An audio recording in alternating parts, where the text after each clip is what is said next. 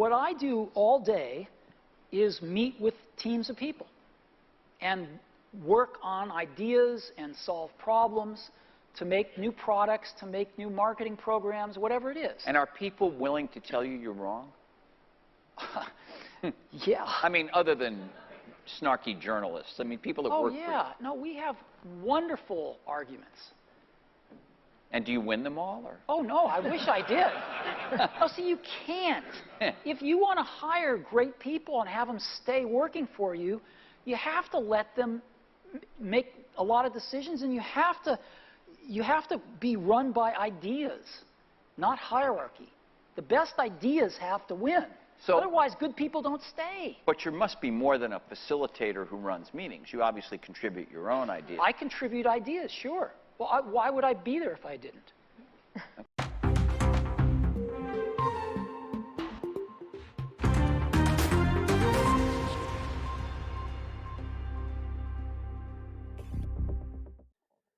Welcome back to the Future of Work Weekly Report. This is a show where we break down workplace trends, call out corporate nonsense, and remind you that productivity theater is still just theater. Today, we're diving into the real state of remote work because despite what some leaders say, it's not going anywhere. We're going to talk about the difference between good leadership and control freak management, a lesson some CEOs still haven't learned. And we'll finish this off with why the whole low performer firing trend is actually exposing bad leadership, not just bad employees. Let's go ahead and get into it. We keep hearing that remote work is over, but is it really? According to a Business Insider report, RTO mandates are increasing, but so is employee pushback. A recent study by Work From Home Research found that only 3% of remote capable jobs require full-time in-office work. And among companies forcing RTO, more than 40% of employees say they're actively looking for a new job because of it. That's nearly half the workforce saying, I'd rather quit than commute. At 6:23, more workers will be in offices this year over last year, but the trend will still lean toward hybrid work models. Employers are making a push to return employees to their workplaces despite technological advances, making working from home easier and a workforce that prefers some flexibility. Alex Miller reports. Everything I do is digital, so it's like any sort of collaboration can kind of be done over like Teams. Teams, Slack, Zoom. Over the last 5 years, many of us have become accustomed to working remotely, at least part of the time. I'd rather work from home, especially days like this.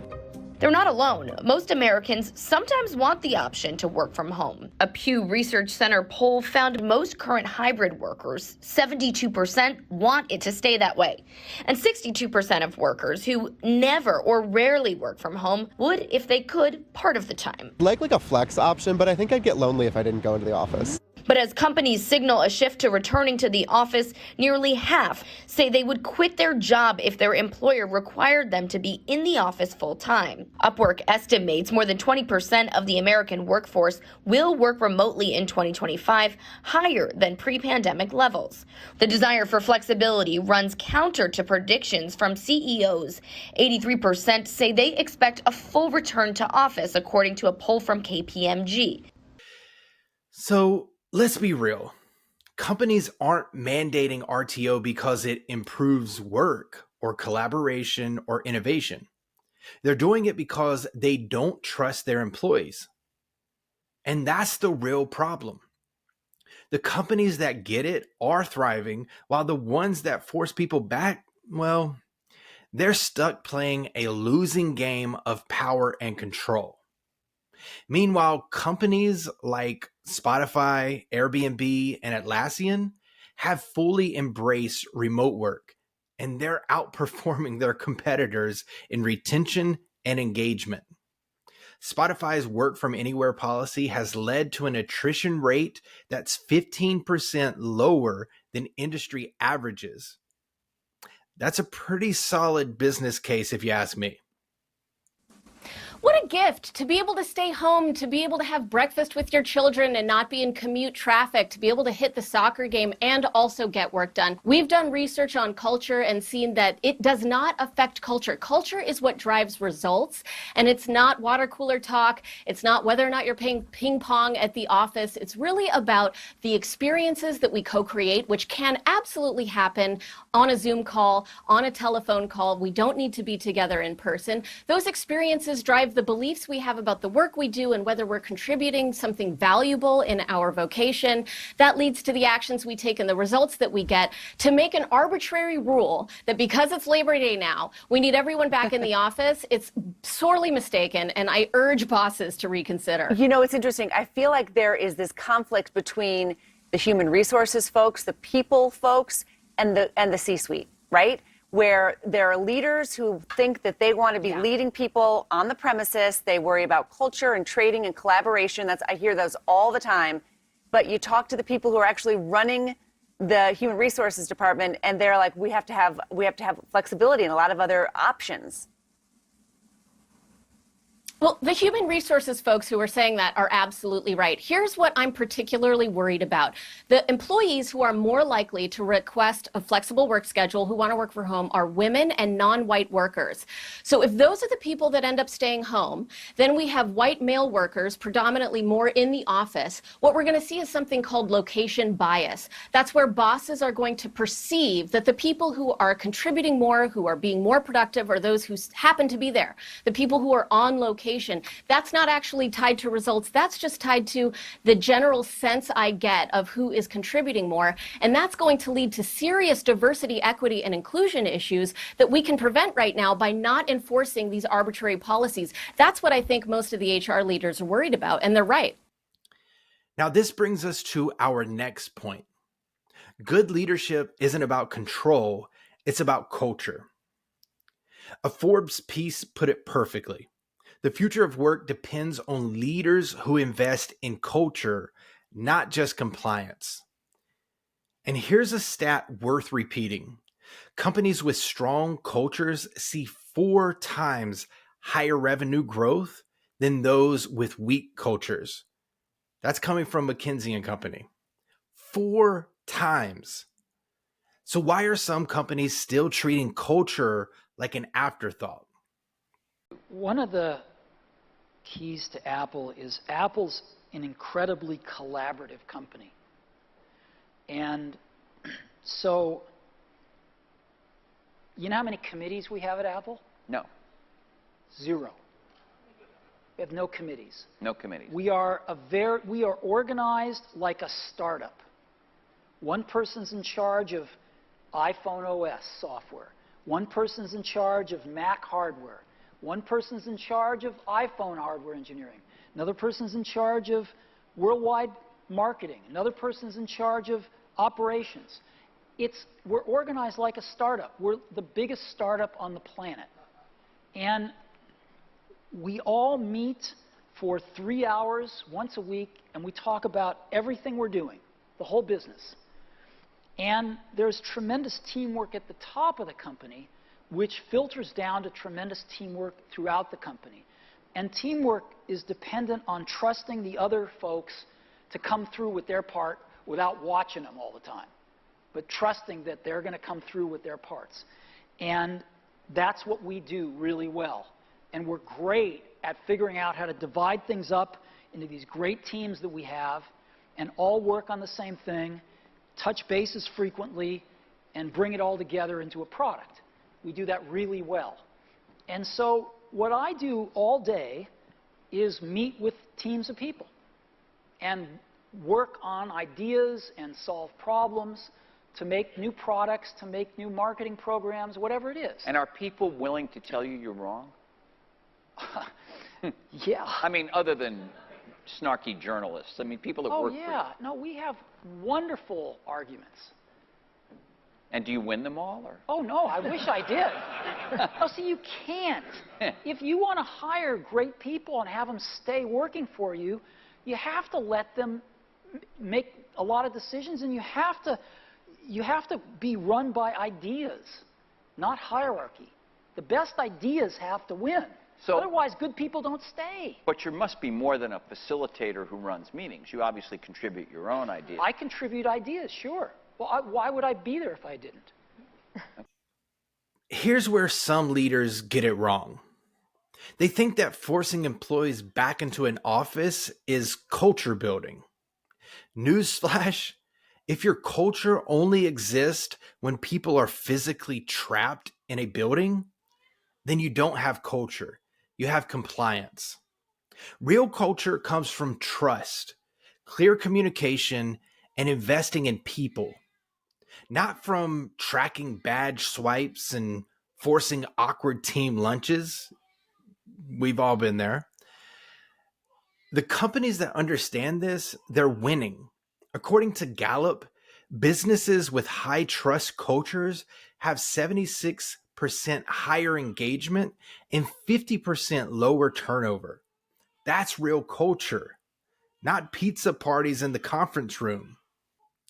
Now, let's talk about the growing trend of low performer layoffs, because it's getting a little bit out of hand.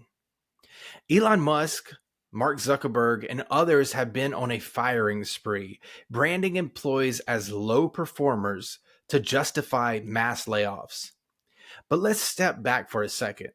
If you hired someone, trained them, and managed them, and now they're underperforming, that's on leadership, not just the employee. And here's a brutal stat. Studies show that 70% of an employee's engagement is directly tied to their manager, coming from Gallup. Not the job, not the pay, the manager. So if low performance is suddenly an epidemic in your company, maybe it's not the employees who are the problem. The practice of stack ranking employees might be making a comeback in Silicon Valley. Kate Rooney joins us now with the latest for today's Tech Check. Hey, Kate.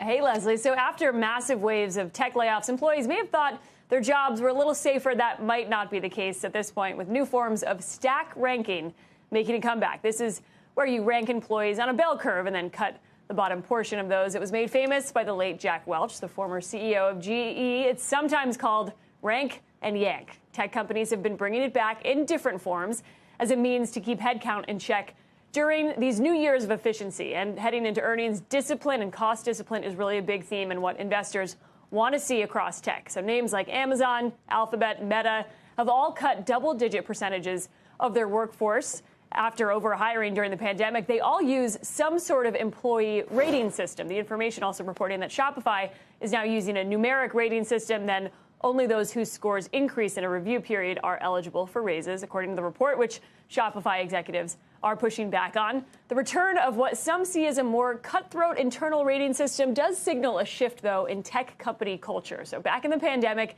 they overhired and they were fiercely competing for talent. And then came the end of zero interest rate that really changed the hiring landscape dramatically. Companies started laying off thousands of workers. You can see in that chart there, the layoffs really peaking early last year. Tech companies now need to prove that efficiency, and they've been awarded for some of the cost discipline and layoffs. Not just big tech, though. You got Coinbase, Square, PayPal. All of those companies have gone through sort of the same structure of layoffs, and you've seen it reflected in the stock price, guys. There used to be, I'm going to attribute this to Jack Welch, and I may be doing so incorrectly, that there was a feeling that you culled the weakest 10 or 15% of the herd every year. Is that where these tech companies seem to be going? It does seem to be that strategy, this sort of, instead of going through these rounds of layoffs, this almost pruning of the workforce. And it's seen as, in some ways, a meritocracy. There are people out there that like this and say that's the fair way to do it. You also hear about something called a PIP, a performance improvement plan. So that's common in tech. That if you hear, I know, Tyler, hopefully you're not on a PIP right now. But it's where it's kind of seen as like the Grim Reaper coming. It's the signal that you're probably going to get laid off, but they will give you the opportunity and say, all right, here's your opportunity to go and improve your performance. But it's seen as a negative in tech. And let's be honest. These low performer layoffs are just cost cutting in disguise. Big tech hired at a ridiculous pace in 2021, and now they're using performance as a convenient excuse to quietly downsize. maybe not so quietly. The problem is this destroys morale, it kills trust, and makes top performers wonder if they're next. A recent Harvard Business Review article warns that mass layoffs reduce innovation and productivity by up to 20% in the following months.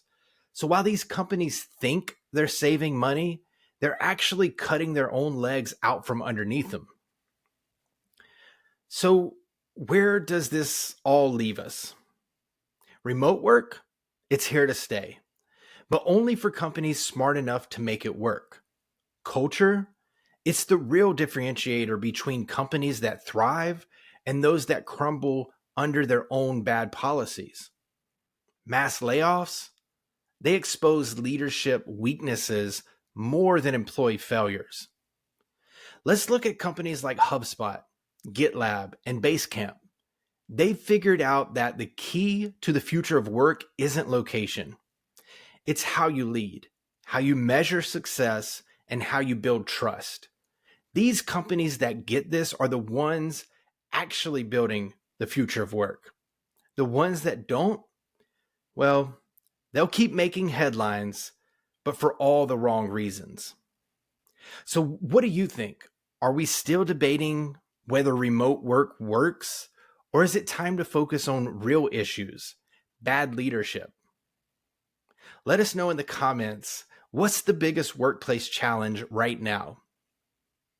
But that's it for this week's Future of Work Weekly Report. Make sure to like, subscribe, and send this to your boss with the subject line, "Hey, we need to talk about leadership." Thanks so much. See you next week.